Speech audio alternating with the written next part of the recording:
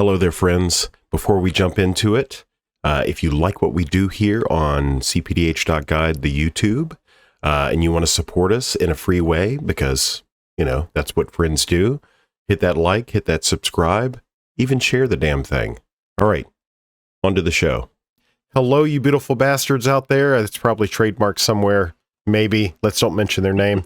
If there was one person that I was hopeful to have in this position for me to interview under these circumstances, it is this person right here, our very own MizuSun. Yes. So long overdue, in my humble opinion. Before I started pressing the record button and getting this thing going, we were kind of reminiscing over our first interactions over inviting members of the public then to apply and become members of the Decklist database, which I think soon after we had those applications, maybe 3 months after, we kind of disbanded that whole project. So you dodged a bullet there. But like since then, so what I think is so spectacular, phenomenal about your arc, because there's some epicness to that. But you weren't always a competitive player.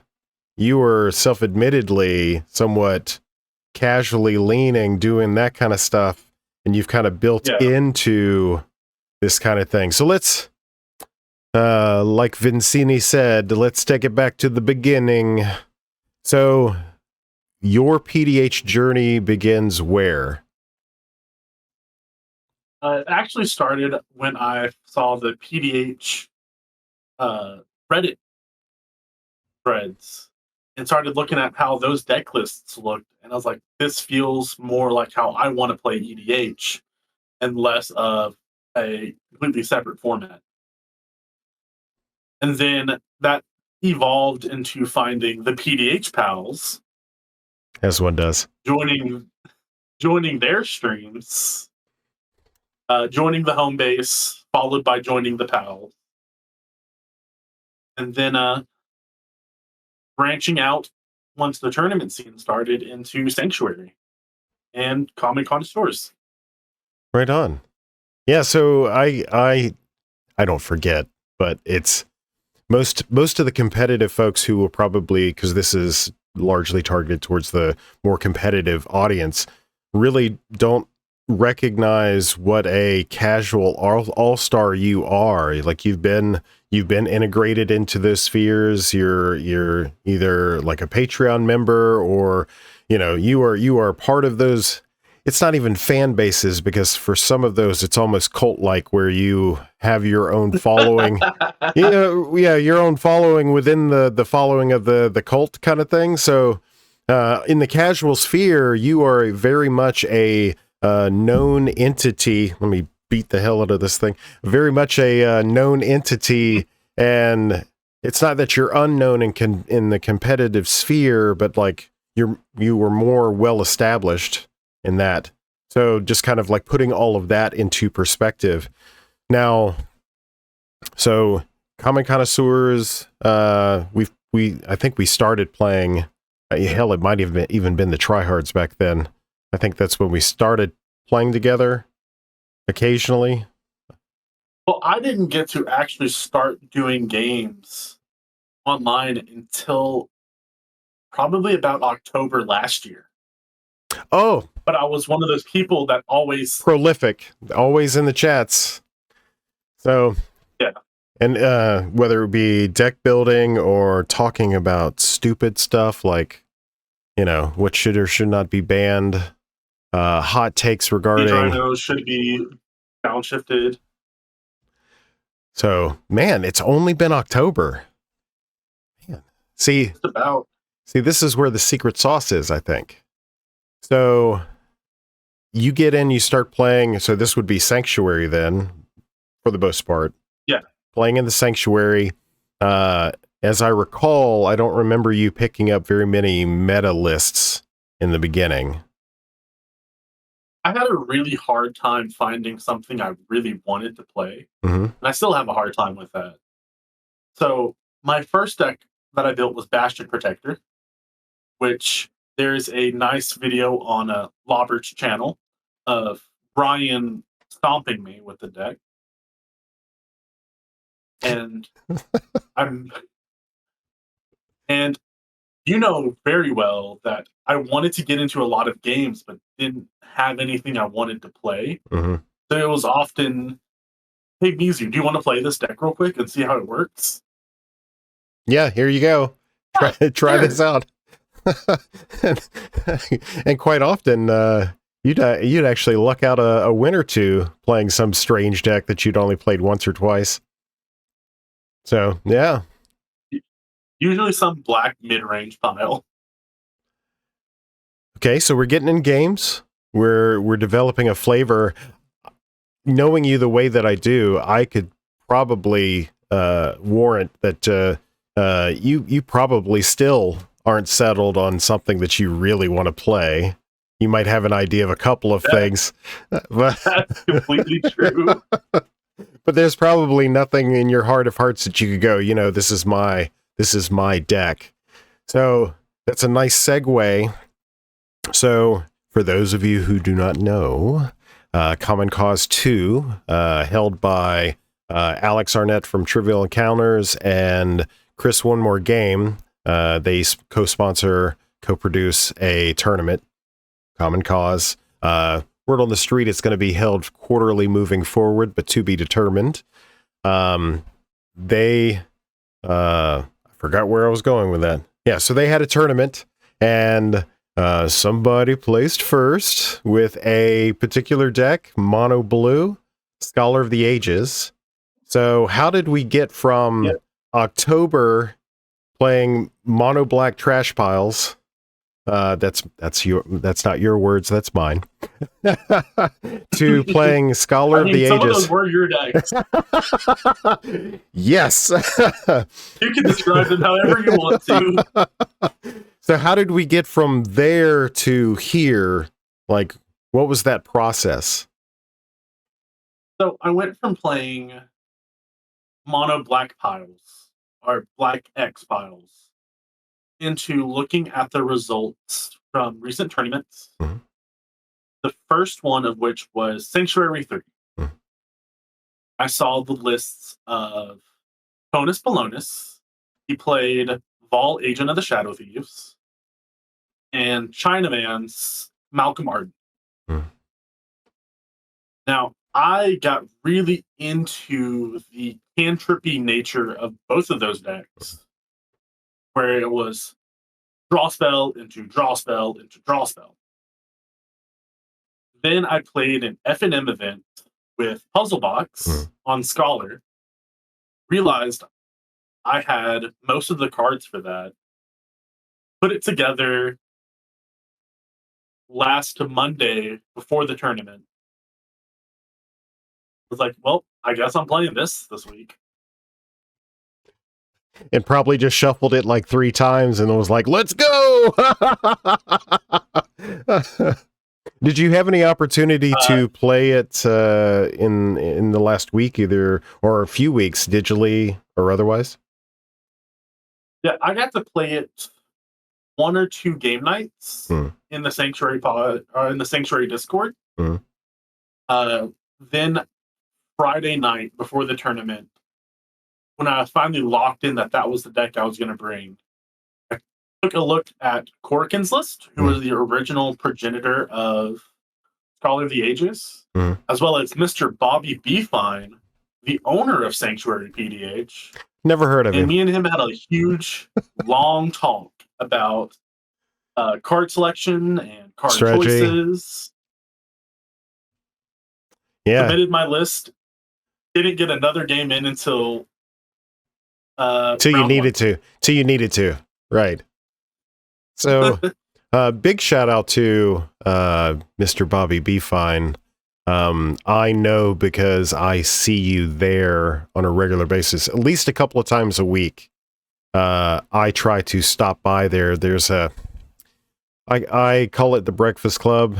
Basically, it's a bunch of people that stop by in the mornings. I would suppose it happens every weekday morning, because I wouldn't know every weekday morning. Yeah. It's a good morning podcast. Yeah, so everybody gets together. There might be a topic of the day. Somebody might be working on a list. Could be just talking about nothing. Could be just razzing on each other. I've seen it go any kind of ways. But yeah. I bring that up because what Mizu was just talking about, the coaching aspect, anybody that's anybody, if there is anybody. I know that sounds weird because we're a small format. They'll usually stop by, and if you got a question, you just, hell, even Be Fine is in there occasionally in some mornings, about probably the same frequency I am. So anyway, so you got some good help, some good advice. At least we'll call it that because it was fruitful. Got the list in paper. Now, is that list a carbon copy of anyone else's list, or does it have a few? No. So a lot of the issues I had was I'm looking at Bobby's list and I'm looking at Corkin's list. Mm-hmm. Now remember, I decided this 6 hours before deck lists are due. I'm missing that so is many so of you. the cards that are good.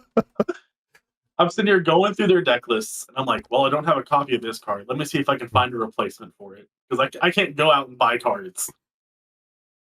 Ah, Jesus. It would take too long for them to get there.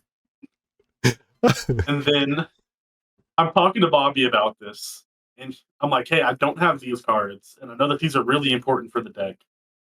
He goes, why are you trying to play this without those cards? Because I'm a winner, son. You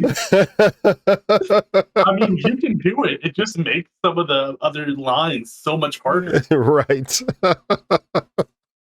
Oh, everything about this is it oozes everything you, and I love it. I absolutely love it. Oh man, I tell you what, I can only say this, like, there is no limit, rather, to how many times I can say this. I've been doing this series, interviewing the champions of these tournaments for like probably 10 months now. Not that we've had tournaments for that much longer, but and I've seen the usual cast of, tryhards and all that stuff who are winning these tournaments and stuff like that, and I cannot overemphasize how glad I am that I'm talking to you right now. Because I said it in jest, after you won, I put it in the sanctuary. I was like, you put in the time, you put in the work, now you cash in the checks. Oh, by the way, how was your Sonic? It was good. Did you load up? Did you get I haven't been to Sonic forever. I wouldn't even know what's on the menu. I know they got like tots and dogs. So, okay.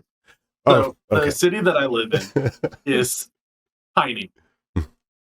It has a Sonic, a Subway, and a Whataburger. That is it. Mm-hmm. I can see why you chose Sonic. Go grab a Route 44 drink and a $1.99 burger and call it a day. Boom. That's what winners do.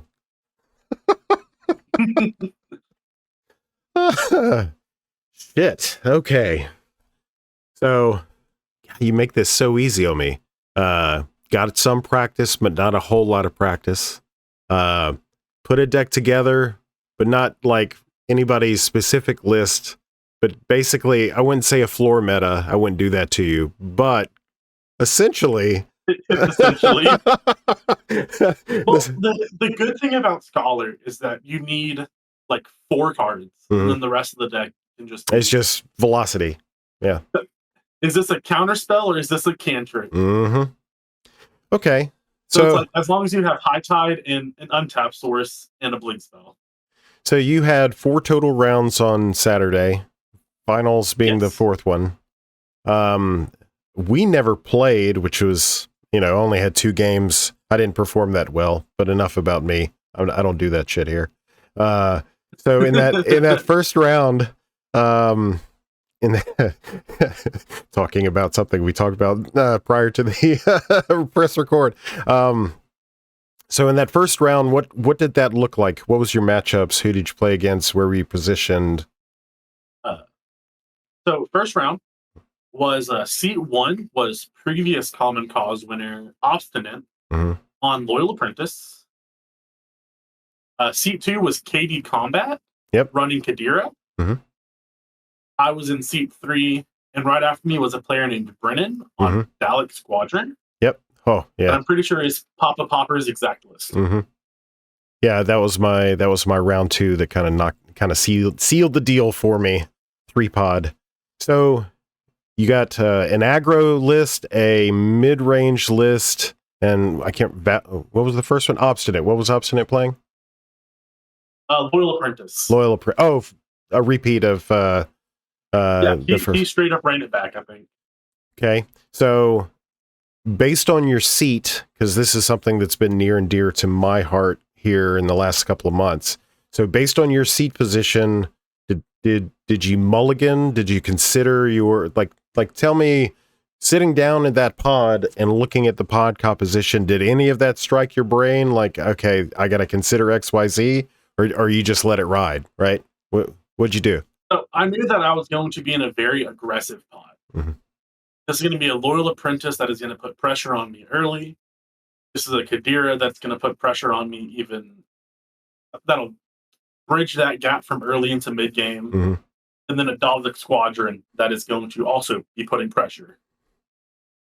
So I mulled to a hand that could answer an early engine out of Apprentice, as well as a counterspell for Kadira. Wow. Bold move, Cotton. So what was the engine that came up that you're like, boom, that's gotta go for the Apprentice? So I can't remember Apprentice's turn 1. Mm-hmm. Turn 2 from Kadira was the new Thraben Inspector. So already got a token on board. I played an island for turn, and knowing him in an agropod, cast a Jataxian probe using the blue mana instead of the Phyrexian. Mm. Took a gander at Apprentice, and his hand had Witty Roastmaster and a Hissing Iguanar. Like, well, those are 2 things I'm a little scared of, as well as a copy of Fire Blast. Oh, it was even harder for me to win underneath it. So Fire Blast is the sacrifice 2 mountains, right? 4 damage? Yep. Wow. Very few people play that. Correct time kills a scholar with anything on the stack. Yep. So what was the outcome of that first round? I won. Okay. On turn 5. How much does Scholar cost again? 7. High tide or not? It was a high tide. It was a fun string of turns because it was turn 1 get probe. Mm-hmm. Turn 2 I played an Arcane Signet. Turn 3 I played a Sisay's Ring. I'm untapping turn 4 with 1, 2, 3, 4, 5, 6, 7 mana. Mm-hmm. Don't do anything and just pass. Right before my on Obstinate's next turn, he goes, "Oh, he has a lot of mana. He is probably going to try to win the game soon." Starts putting a lot of pressure on me. Passes over to Kadira. Kadira puts a Felwar Stone on the stack.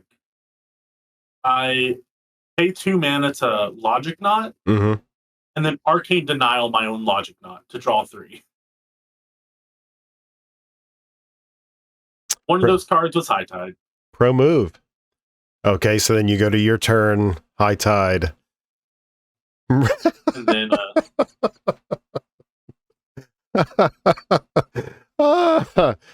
this is so good. This is so good. I look at my life total. I'm at 8. I look at my hand. I go to the table. What am I doing if I'm not going for it? I'm just dead. And paid off. So you mentioned that Obstinate had a Fire Blast in hand. Yes. Was that gone by the time this came around, or did you have to deal with that? No. He had used the Fire Blast. Mm-hmm. I had a blink spell in hand to blink Scholar in response. Mm-hmm. And then KD Combat also had a Vines of Vastwood, which ate Deprive out of my hands. Damn you, KD Combat. Okay, so we take down. This is up all the High Tide. Yeah, I know, right? So we take down Pod 1.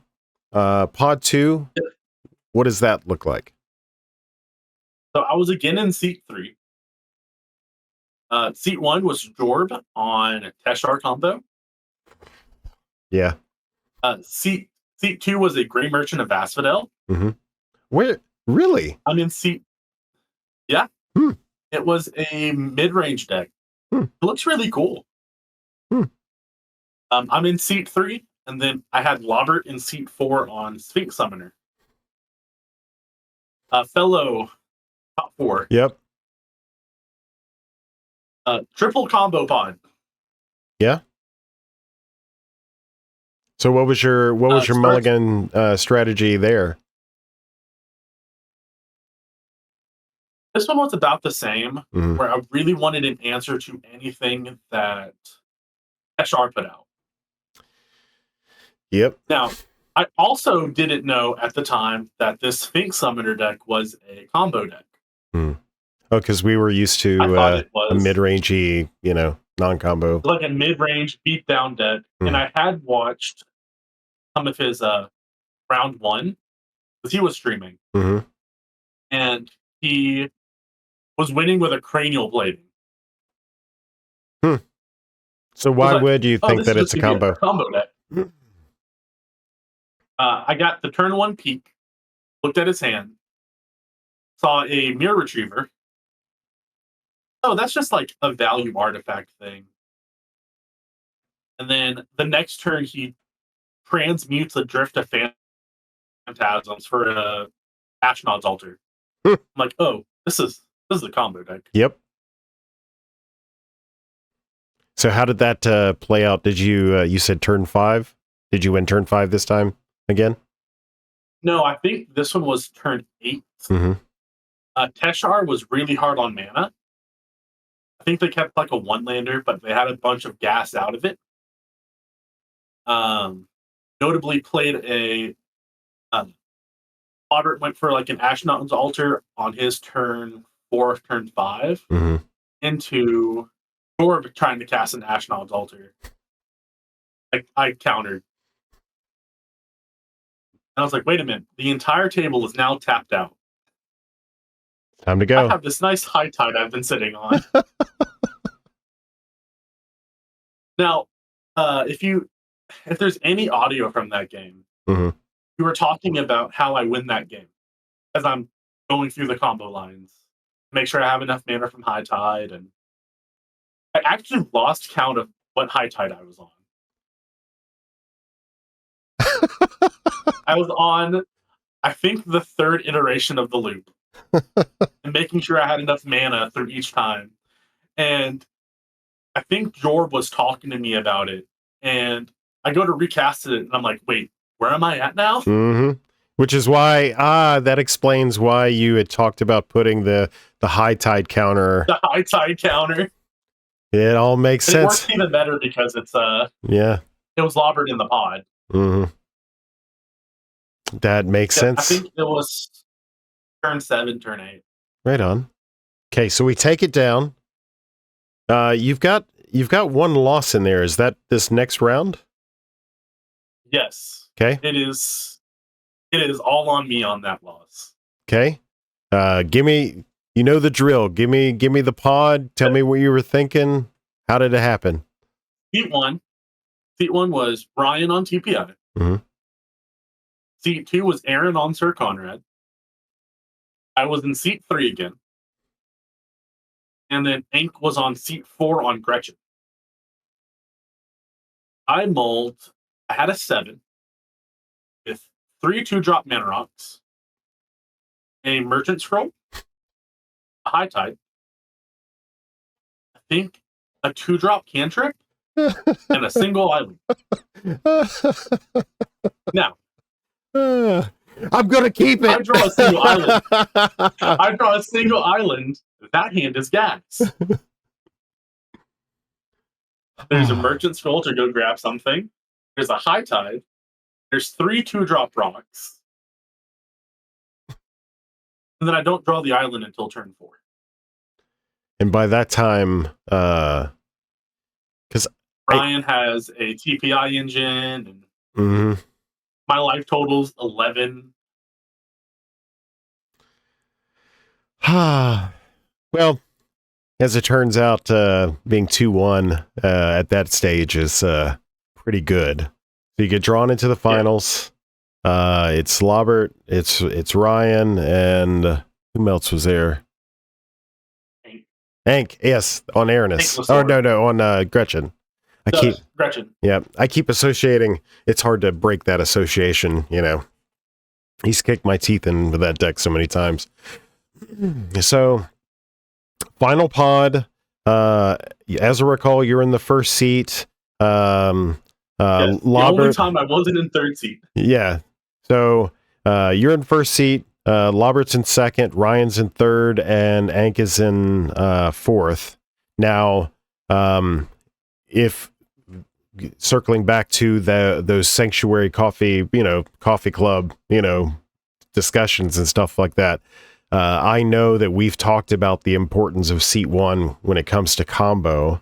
I'm putting words in your mouth when I'm going to say that I assume that you being in seat 1 probably has something to do with what you're about to tell me on your mulliganing decisions. So, because of how the last round went with my mulligan, I decided to keep it as safe as I could. I had a merchant scroll, I had a couple islands, and I had rocks. I didn't really have to worry about answering anything because there's a Gretchen at the table and there's a TPI at the table. I could just develop mana and no one's really going to interact with that. Now, I was going to do some really serious homework before, but I didn't have the opportunity before sitting down. Now, if I remember correctly, now my brain is telling me that I'm remembering that playing out like, you were doing something on your turn, then every single turn leading up to turn 5, everybody was almost tapped out, except for Ank and Gretchen, because Gretchen really doesn't tap out a lot for everything. But everybody was tapped out every single turn going up to turn 5. That's what my brain is telling me. I know that's not completely accurate. I do know that in that last turn, everyone tapped out. 2 of the 4 players, except for Ank. Ank had an island untapped, I think. Oh, and also had had the ability to. Well, he had tapped out with 2 land untappers. So with a single island. So go ahead. I'm reliving the excitement as a spectator of that moment. Go ahead and tell us how it was sitting in that seat. So there is a comment that was made in the game, and it's my favorite comment I have made this entire tournament. That right in the corner of my camera, I had laid my hand on my knee, and it started shaking so bad because I could not believe that I was first seed, top 4 on a tournament that was supposed to be me shaking off my rust. So over the few turns of me playing rocks and cantripping, I had drawn into a copy of Peregrine Drake and a copy of Merchant Scroll. No. It was a Dizzy spell. And I see that Lobert tapped out to develop. Brian taps out to go for third path. Gets dazed. Mm-hmm. By Then Ankylosaur in seat 4, which takes up mana. yes. Yeah. Well, And then Hank, yeah. Hank plays the land, taps out to play a Shrine Steward and go grab a Landora. At the end of his turn, I bounce one of the land untappers to try to drain out his mana just a little bit more. Untap for turn 5. Or no, it's turn 6. And put a Peregrine Drake on the stack. And everybody looks at each other. And it wasn't even like a Drake to go for the win. It was just to see if they had anything for it. Mm-hmm.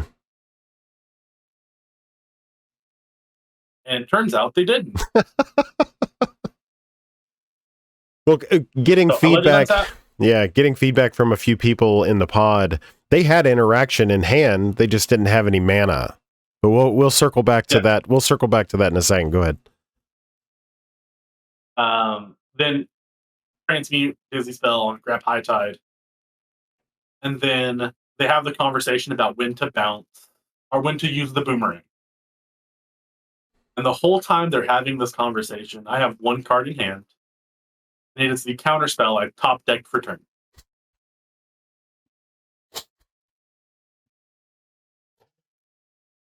Just let that sink in, folks. Just let it wash over you and cleanse your soul. Okay, so a little theory crafting discussion here. So this is probably an extension that of stuff that Mizu and I have talked about, and others have talked about ad nauseum.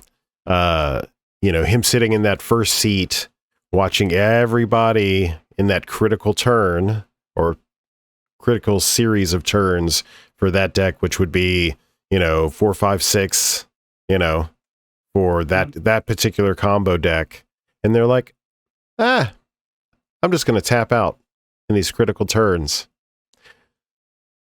Yeah. So this debate of responsibility comes to mind. Not that I'm not trying to harp on keep hitting this thing. Not to try to harp on anybody's play patterns or anything like that. I don't try to besmirch anyone, but it's in the forefront of my mind in the things that I'm trying to develop, that we talk about, on a regular basis, responsibility of certain types of decks, play patterns associated with that perceived responsibility, that sort of thing. So I know it's a surprise to you as much as it's not really such a surprise to me, given, some of the people playing in the pod that that turn went down the way that it went. But like, I don't know. I was sitting there watching it all happen, just like, I don't know. I think it was like 30 something other of our friends watching it all happen, tap pass, tap pass, tap pass, Peregrine Drake. Yep. I mean, some of those decisions made a lot of sense when I'm looking at them. Mm-hmm. Lobert is playing an artifact-based deck that is built on the board. Mm-hmm. Ryan is playing TPI in a table of 3 combo decks. He needs to have TPI out to generate the pressure, to pressure these combo decks, hope that they take care of each other. Mm-hmm. Ankylosaur had no Landoras, but 2 land untappers. Mm-hmm. So usually, if they're not grabbing freed, it's because it's already in hand. Right. So how does that old parable go? If you got 1 land and 2 land untappers, you got what? 3 mana?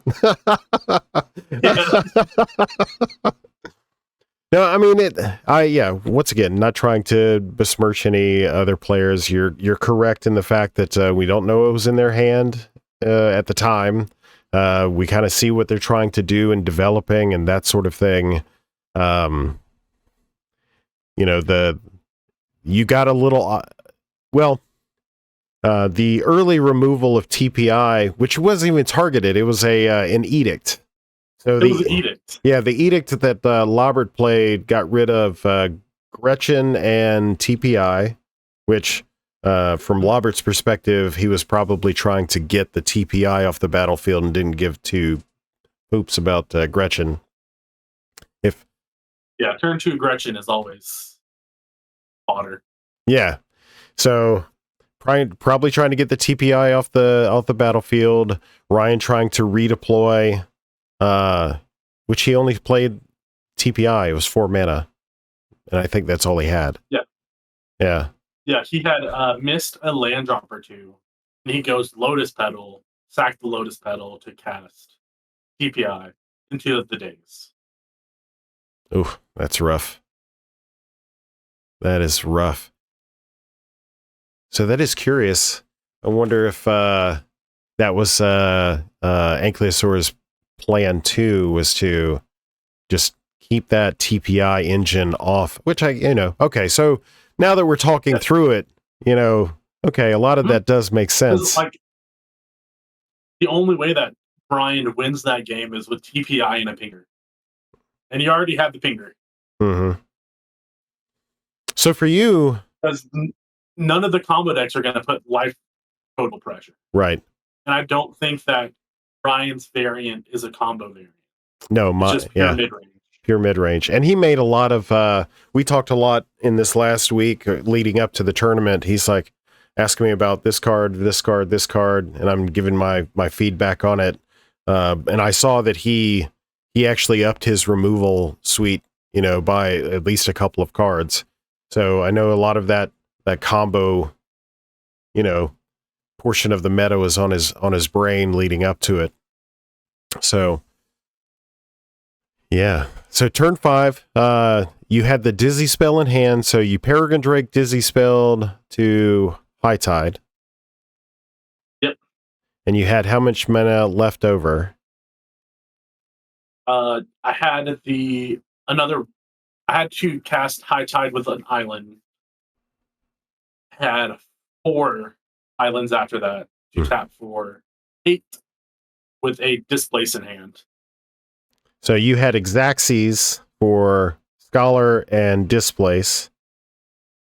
Well, what I could do is I could go Displace first, flicker the Drake to get more mana, and then go Scholar. If someone has an answer for Scholar, I have that counter spell still in my hand.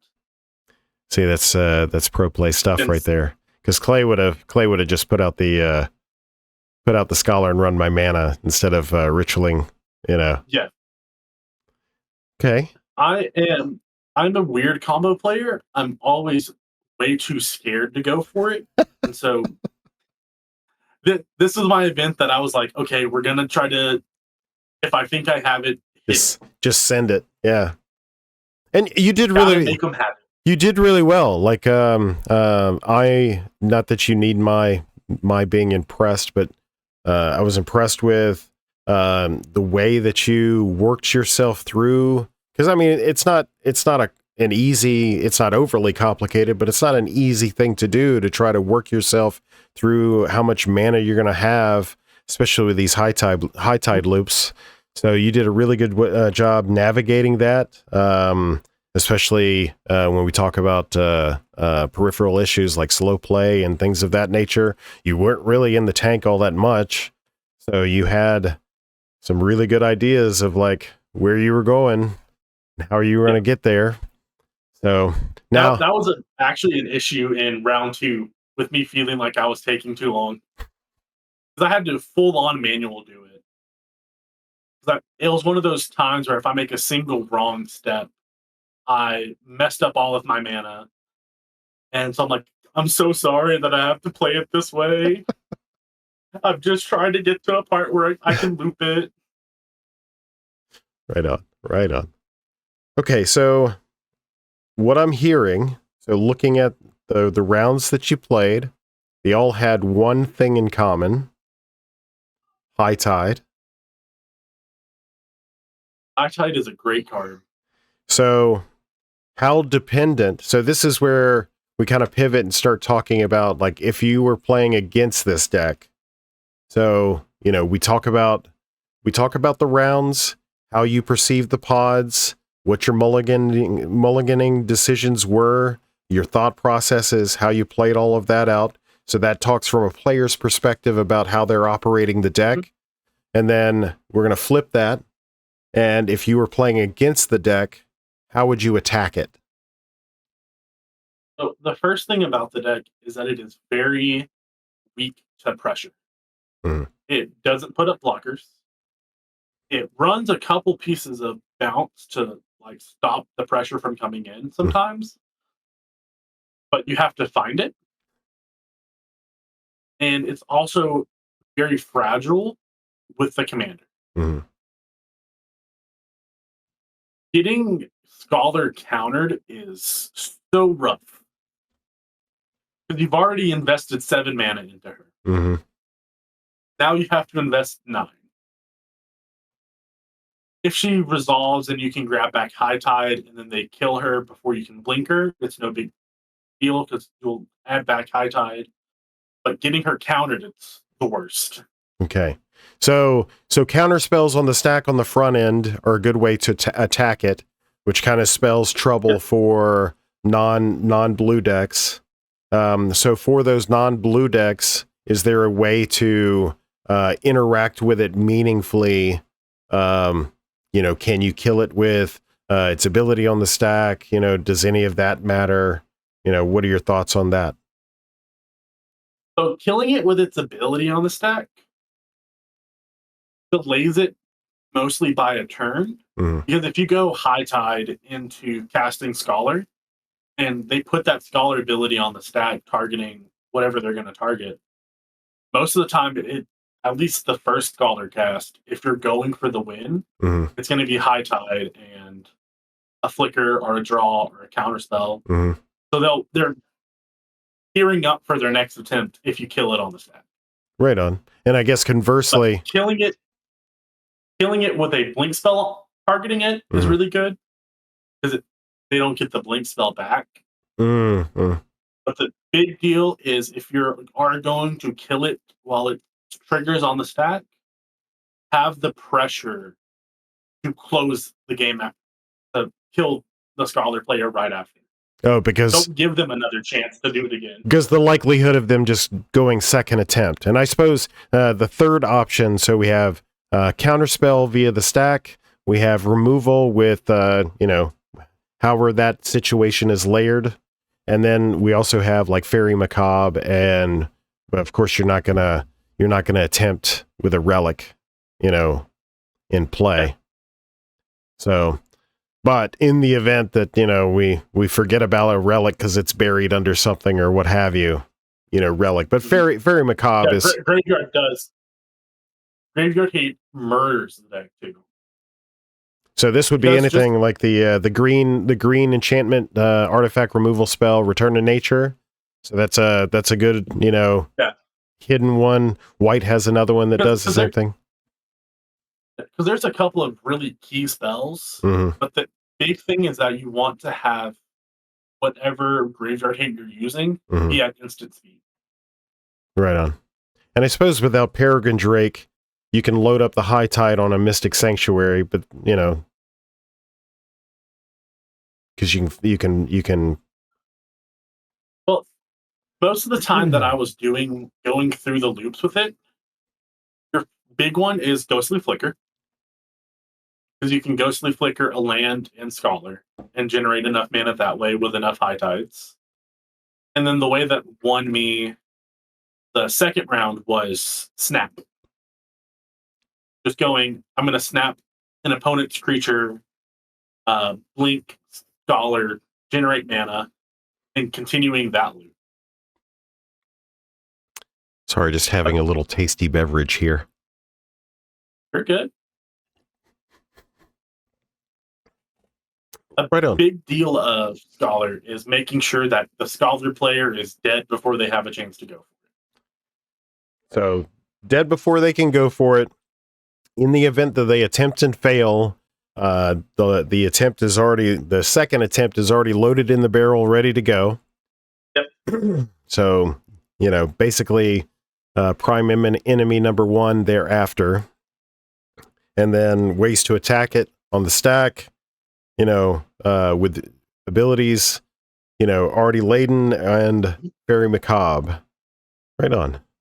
So, what's your plans for the list moving forward? Is this something that you're going to play in the next tournament coming up, or are you going to reach back into the grab bag and see what... No, I want to retry this list in one of the next tournaments, but actually with the cards that are supposed to be in it. Mm-hmm. So one of the backup lines from High Tide is a dramatic reversal line, where you use the plenty of mana rocks to generate the mana instead of a High Tide untapping lands. That's I'm right. missing a lot of the mana rocks. Because you can get the dramatic reversal back with Scholar. Yeah. Scholar. Tasty. Now, the issue with that one is that your break points are a lot higher than High Tide lines. And I just didn't have the mana rocks that produce 2 mana. Mm-hmm. I had the single copy of Sisei's Ring. And then the other big one that I wasn't playing because I just don't own a copy is Capsize. Huh. I just don't own a Capsize. And that's another one of those cards that's really big for taking care of aggro. Yeah. And people to tap out before your turn by bouncing their lands. I might have I know. If you'll take it, I might have an extra copy in the boxes over there. You have to, after this. I'm about to do a huge card order soon for a bunch of new things. Right on. I'll send it out faster than Gator does. Okay. Fuck that guy. For those of you who don't understand what he's referencing, before I decided on Scholar, I have been testing a Golgari Elf Ball deck for 2-3 months now, and I decided to build it in paper, but I'm missing a couple of the really important stuff. And Gator's like, well, I have copies of these cards, and I'll send them to you. And so I was stalking my mailbox day after day for if these cards would come. That dude... they're on their way. They're on their way. Yeah, I love that boy to death, but he don't do nothing in a timely manner. No, it's his post office. They're just taking their sweet time. Yeah. Yeah, he probably has to walk uphill both ways in the snow down there in Miami just to get to it. Sweet. So this tournament's in the bag. You showing up to, I think Sanctuary is the next reputable one. I'm trying to. I've already requested the day off from work. Sweet. For childcare. Yes. I've already talked to Bobby for if I hit the 2 tournaments in a row. Hell yeah. Making jokes about how the Sanctuary custom tokens for their championship series should just be a High Tide counter. That's pretty brilliant. I would say I hope you get there, but I'll be playing in that one too. Yeah. We'll have to bring you back so you can interview me. We'll make this deal. Yeah, because I thought about that the other day. I'm the interviewee. Well, what would I do? Like that would be the most awkward 15-minute video ever. It's just a monologue episode. And I'd be do the little PowerPoint presentation. I would be railing against all of the things. So in these last few minutes that we have here, because these things typically last 50 minutes, an hour or something like that. Talking for an hour? Well, 49-ish minutes. Oh my Lord. So where do you think the meta is right now? Like, what are your perceptions? Right, wrong, indifferent? What are your thoughts? How are you feeling about it?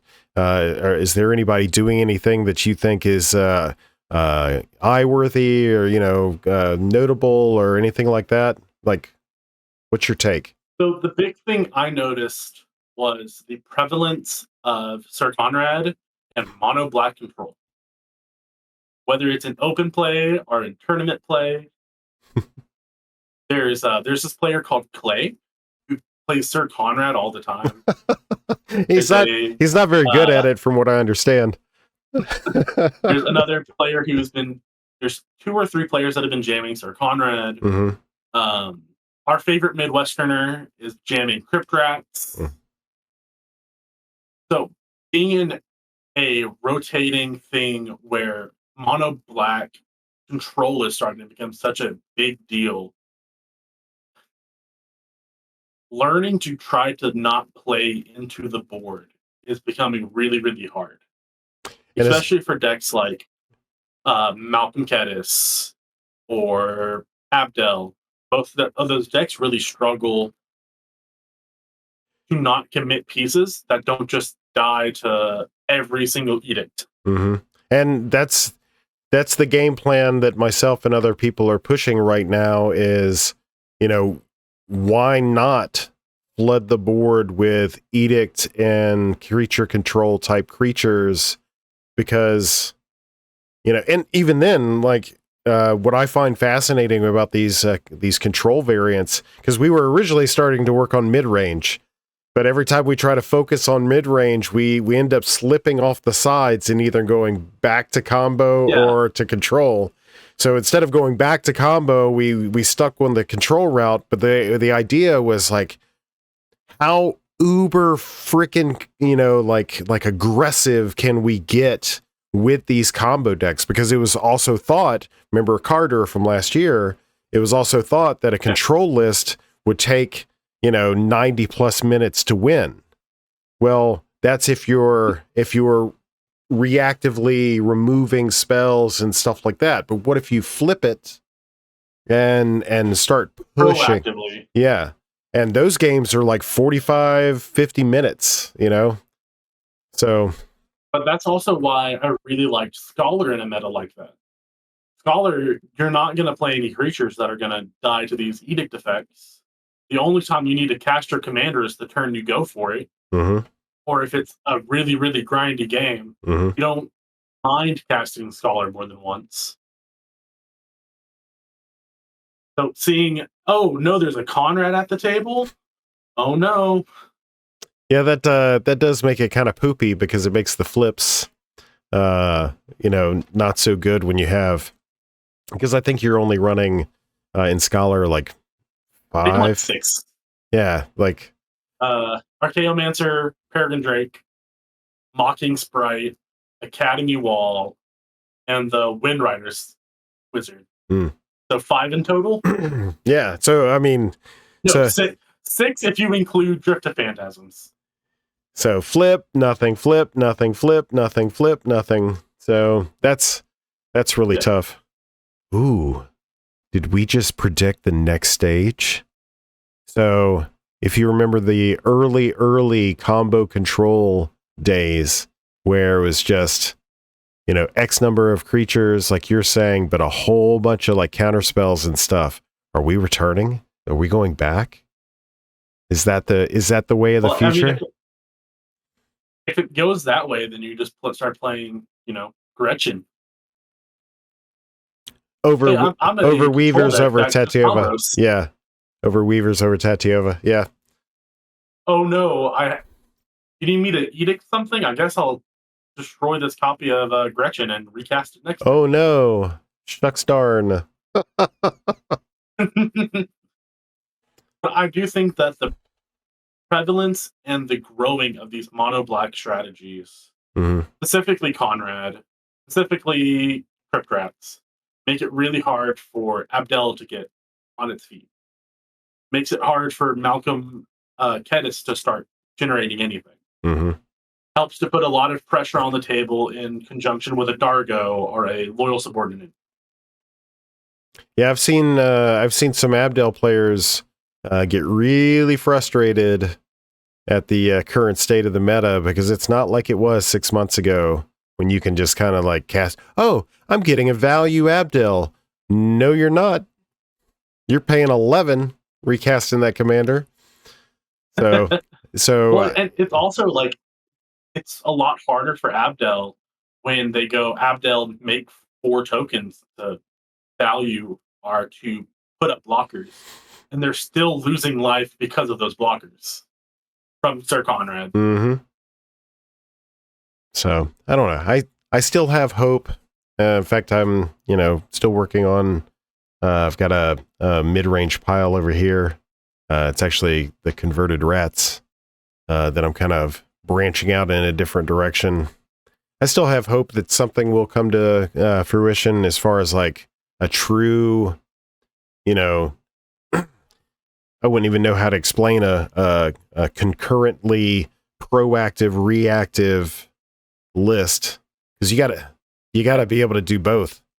If you're not advancing your board state, but also protecting against, the combo, like, I don't even know what a mid-range deck does anymore, So, yeah. Trying to figure that out. The problem with like traditional mid-range is that the entire point of a mid-range deck is to pivot. If you're in an aggro-based pod, you become the control player. But if you're in a control-based pod, you become the aggro player.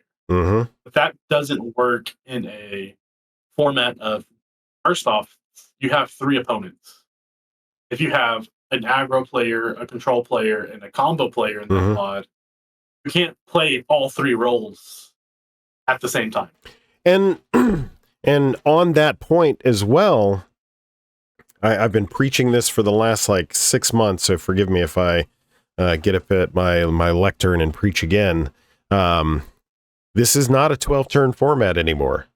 This is a 7 to 9 turn format, and having this expectation of turn 1, I'm going to deploy something maybe. Turn 2, I'm going to deploy something. Turn 3, I'm going to deploy something. Turn 4, I'm going to deploy something. Okay, turn 5, now I'm ready.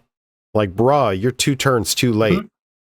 So, like, having this, like, this consciousness of mind to know that, okay, maybe I forego my turn 2 because I see that Malcolm about to be cast. So you're sacrificing some tempo on your turn to, and that's sucky because you recognize in that moment that the other 2 players are gaining a tempo advantage. That's a really big deal. And another big thing about it is the fact that the threats that we have available at common rarity just aren't good enough. They're getting better. If you have an aggressive static creature, it's not going to be able to serve the defensive plan that you would need. Yeah. But if you have a good defensive creature, it doesn't put on it enough pressure to make it work. Yep. I can see that. Conrad is like the best mid-range creature we have because it's a 5/4 on offense and can deal damage on defense. So that's the thing that started me down the journey, is like thinking that was mid-range, but the more and more I built it, the more it just slowly slipped in. Now it's on the edge of, it's on that forward edge of control, so there's some pacing there that you could probably allocate into some, slower mid-range decks. But like I tried my damnedest to, work out this formulation of, 1s and 2s. So turn 1, turn 2, turn 1, turn 3, turn 4, 1s and 2s, 1s and 2s, 1s and 2s. Couldn't do it in mono. With like the prevalence of all these people trying mono black, those decks that require you to have a lot of board presence just kind of don't play as well. Mm-hmm. And you end up in games where you're just, I'm going to wait until I have every piece and then cast my commander and try to go for it. Mm-hmm. Which is exactly the type of game that Scholar likes. Ironically, so we were talking about this rise of mono black and this hypothetical rise of combo control again to meet that mono black. I also see if mono black becomes a thing, as a part and parcel to this new meta. Ironically enough, I see Oubliette coming back into play because these mono black commanders can't defend against that. So we have this weird bouncing back and forth. You know, Scholar's not a fast combo deck. I mean, it can combo as early. It can combo as early. What turn 5? It can combo early, but you don't really want to combo early. You want to be a combo second kind of deck. Yeah, you want those extra couple of turns to gain a mana advantage, better card selection, mana advantage, and the card selection from all your cantrips. So it's a slow combo deck, much like an Abdel. Yeah. Right on. So you're gonna have to send me your list so I can put it in the description of this video. So we can get it. Sir. So we can get it to the people. You know, the people who want to follow in your footsteps. We'll close this out because we just hit the hour mark. We'll close this out. This is always why, like, I preface it. Hey, yeah, we're about 10, 15 minutes away. We've been talking for that long? Yeah, the next 10 minutes just goes by like that. So, for those players that are just like you, I was going to say shy boys from small towns and stuff like that. You're kind of shy. So for players out there that are just like you who are watching this, and they have issues finding some way to express themselves in a list, or maybe they have anxiety in trying something, or what have you, and they just need that little something from their, a guy like them. I mean, do you have any advice for players, for picking up, practicing, like anything? What's the Mizu way from getting from 0 to hero? You weren't a 0. By getting from unknown to hero, what advice would you give to those players? So the really big thing about getting out of the shell, so to speak, is to get involved in the discords that are constantly popping off. Like you said earlier, Sanctuary Discord always has a morning chat. I think every other night, there's a pod or two firing up. Mm-hmm. And a lot of the players on these different servers are really friendly. If you jump into one of these games and you're like, hey, this is my first time playing, this is my first couple times playing, they don't mind helping you through it. A lot of the big prolific players, play Gator, Puzzlebox, Be Fine, they don't mind you saying, hey, I've been looking at your list. Why do you play X or Y? How would you play this deck in a certain condition? Mm-hmm. A lot of them are more excited that you are trying to play the format than would be annoyed that you're talking to them. Absolutely. That doesn't work for everybody. There's 2% that piss me off, but I'm kidding. Yeah. Unless you're Puzzlebox and you say, are you playing Gretchen? Right. No.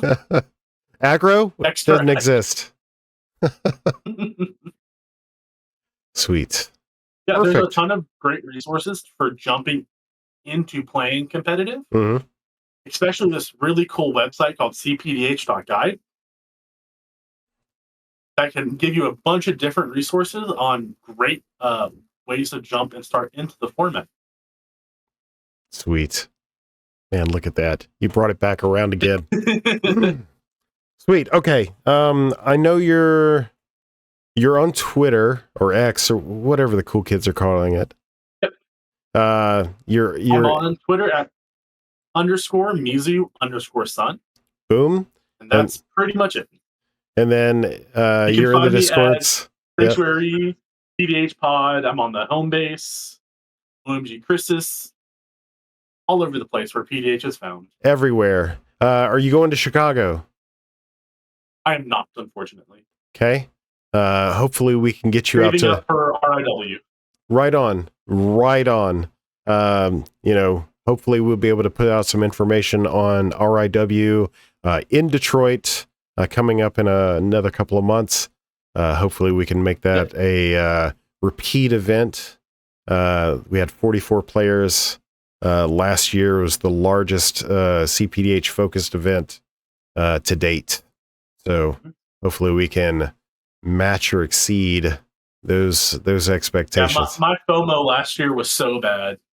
I saw all these pictures of everyone hanging out at the Airbnb and at the event. I was like, God, I wish that was me. It was pretty lit. Pretty lit. It's all right. All right, we're going to wrap this up here. I'm going to have Mizu's going to give me his list, and then I'll put some, other ways to access, maybe even link that Twitter for you guys. And yeah, go search the man out. Give him a high five if you see him. Definitely give him some shit for throwing together a floor medalist and like topping a tournament, taking it down. Oh man, that's the dream of all casual players. That is such a you thing. Oh my God, that is such a you thing. So nobody else, my man, could have pulled that off. Nobody. So, all right, we're gonna head out of here. Thank you so much, and we'll catch you on the flip side. Thanks for having me. Absolutely.